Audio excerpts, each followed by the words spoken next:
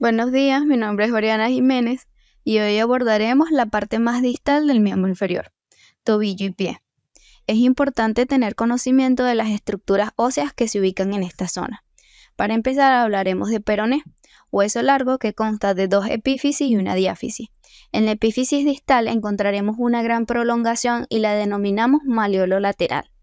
Hacia la parte medial va a tener una carilla articular, que se va a articular con el astrágalo, y en la parte posterior encontraremos la fosa maleolar. Luego tenemos la tibia. Al igual que el peroné, consta de dos epífisis y una diáfisis. Vamos a hablar enfocándonos en la epífisis distal, la cual tiene una prolongación medial que lleva por nombre maleolo interno o medial.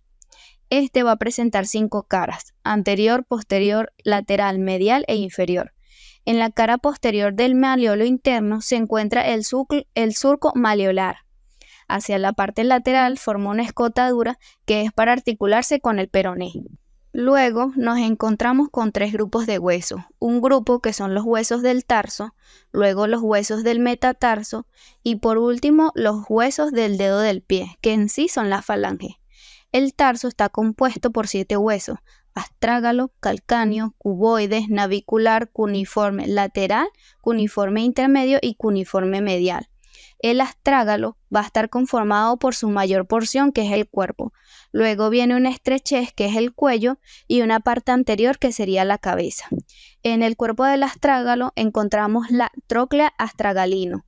Esta se articula con la tibia y peroné. Esta tróclea tiene 3 carillas, una superior que se articula directamente con la tibia, la carilla maleolar medial que se articula con el maleolo interno de la tibia y la carilla maleolar externa que se articula con el maleolo externo del peroné. Luego observamos la apófisis posterior y apófisis lateral. También tenemos las carillas calcáneas: anterior, que se encuentra en la cabeza del astrágalo, posterior y medial, que son carillas articulares para el calcáneo. El cuello del calcáneo simplemente es una estrechez que se continúa con la cabeza. En sí no tiene ningún reparo anatómico.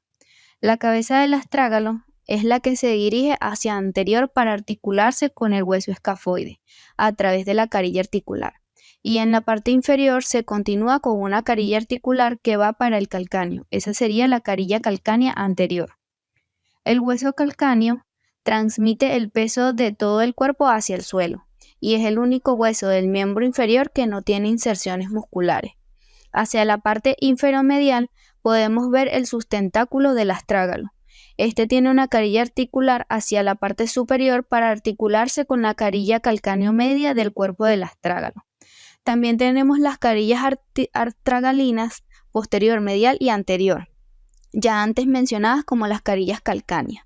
En la parte anterior del calcáneo hay una gran superficie articular, que es para articularse con el hueso cuboides.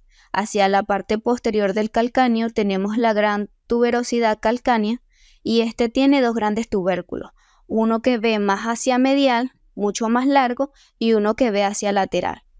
El hueso navicular hacia anterior se articula con los cuneiformes y hacia posterior con el astrágalo. Y en una visión inferior-medial vemos la tuberosidad del escafoide. Siguiendo el mismo orden de ideas de mi compañera, continuamos con el hueso cuboides. Es un hueso corto, par, que en su cara inferior presenta una gran tuberosidad que se denomina tuberosidad del cuboides. Delante de esta encontramos el surco del músculo peroneo largo. Luego tenemos los huesos cuneiformes. Son 3 huesos del pie que se encuentran en la línea anterior de los huesos del tarso. Tenemos cuneiforme intermedio, cuneiforme medial y cuneiforme lateral. Luego tenemos los metatarsianos. Se cuentan desde medial a lateral. Son huesos largos y cuentan con una epífisis proximal, un cuerpo y una cabeza que sería la epífisis distal. El quinto metatarsiano tiene una característica muy importante, que es que al lateral tiene una prolongación que denominamos apófisis estiloides del quinto metatarsiano. Después tenemos las falanges. También son huesos largos, tenemos 5 falanges proximales, 4 falanges medias, ya que el hallux carece de falange media, y 5 falanges distales. Estas tienen una gran elevación, la cual se denomina tuberosidad ungueal. Y con esto culminamos la parte osteológica del tobillo y pie. Ahora les hablaré un poco sobre las articulaciones. El tobillo está compuesto por 2 regiones, una región supraastragalina y otra infrastragalina. Este es un complejo articular. La región suprastragalina está compuesta por la articulación tibio-peronea astragalina, en la que se articula la carilla inferior de la tibia, la tróclea del astrágalo, la parte externa del malleolo interno y la superficie interna del malleolo externo. Es de tipo sinovial que tanto desde el punto de vista morfológico como funcional se comporta como una tróclea. En dicha región encontramos la articulación tibio-peronea distal o sindesmosis tibiofibular. Es una articulación de tipo fibroso donde ambos huesos están unidos por una lámina de tejido fibroso, compuesta por la cara medial del extremo distal del peroné y la cara lateral del extremo distal de la tibia. En la parte posterior encontramos la articulación astragalocalcánea y en su compartimiento anterior la articulación astragalocalcánea escafoidea. En las articulaciones del pie tenemos la articulación calcáneo-cuboidea, la cual es la unión entre el calcáneo y el hueso cuboides. Es sinovial de tipo silla de montar modificada. Luego tenemos la articulación astrágalo-escafoidea, también conocida como talonavicular. Es la unión de los huesos astrágalos y escafoides. Luego tenemos la articulación cuneo-navicular. Esta se forma entre la superficie distal del hueso navicular y la superficie proximal de los tres huesos cuneiformes. Luego, la articulación cuneo-cuboidea es una articulación sinovial artrodia del pie que se forma entre el hueso cuboides y el hueso cuneiforme lateral. Seguida de esta tenemos las intercuneiformes, se encuentran entre los huesos cuneiformes. Luego, la articulación tarso-metatarsiana es la unión sinovial que se forma entre los huesos del tarso y los metatarsianos. Seguida, la articulación intermetatarsiana. Luego la articulación metatarsofalangica y para finalizar la articulación interfalángica. Hola chicos, mi nombre es Carla Castillo y continuando con esta serie de ideas vamos a mencionarles los ligamentos del tobillo. Estos los podemos clasificar en 4 grupos, que serían los ligamentos colaterales laterales, los ligamentos mediales, los ligamentos del seno del tarso y los ligamentos tibioperoneos. Si hablamos de los ligamentos laterales, vamos a tener el ligamento peroneo astragalino anterior, el ligamento peroneo astragalino posterior, que es considerado como el más fuerte del compartimiento lateral, y el ligamento peroneo calcáneo. En la parte medial del tobillo tendremos los ligamentos que integran al ligamento deltoideo, que son el ligamento tibio escafoideo, el ligamento tibio calcáneo y un ligamento que es más profundo, que es el ligamento tibio astragalino. Si hablamos de los ligamentos del seno del tarso, estos van a corresponder a los ligamentos astragalocalcáneo y al ligamento cervical, que este ligamento se va a insertar en el cuello del astrálago a nivel del tubérculo inferolateral y se va a insertar en la superficie ventral y medial del calcáneo. Este va a tener como función limitar el movimiento de inversión.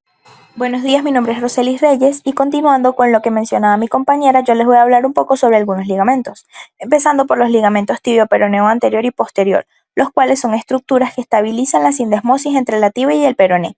También tenemos el ligamento astragalocalcáneo lateral. Este es parte de la articulación subastragalina contribuyendo a la estabilidad del tobillo. También tenemos el ligamento plantar largo, que es el más extenso de los ligamentos del pie y es crucial para la estabilidad del arco longitudinal del pie. También tenemos los tendones, empezando por el tendón del flexor largo del dedo corto, que se origina en la parte posterior del peroné y la membrana interósea.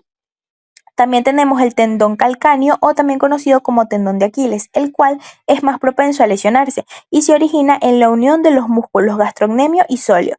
También tenemos el tendón del peroneo largo, que se origina en la tuberosidad externa de la tibia y la cabeza del peroné. Y por último tenemos el tendón del peroneo corto, que se origina en los 2/3 inferiores de la superficie lateral del cuerpo del peroné. En el tobillo y el pie, los medios de armonización también son esenciales para un movimiento fluido y eficiente, ya que estas estructuras soportan una gran cantidad de peso y están involucradas en una amplia variedad de movimientos. Los medios de armonización son los siguientes: cartílago articular. El cartílago articular cubre la superficie de los huesos de manera de que reduce la fricción, evitando el desgaste prematuro. Líquido sinovial. El líquido sinovial contribuye a minimizar la fricción y el riesgo de lesiones. Bursas. Este permite que el tendón se deslice suavemente durante la marcha o el salto. Tendones y ligamentos ayudan a mantener la estabilidad y evitar las lesiones, permitiendo un movimiento controlado. Arcos del pie. Estos contribuyen a la absorción de impactos y a la estabilidad del pie durante el movimiento.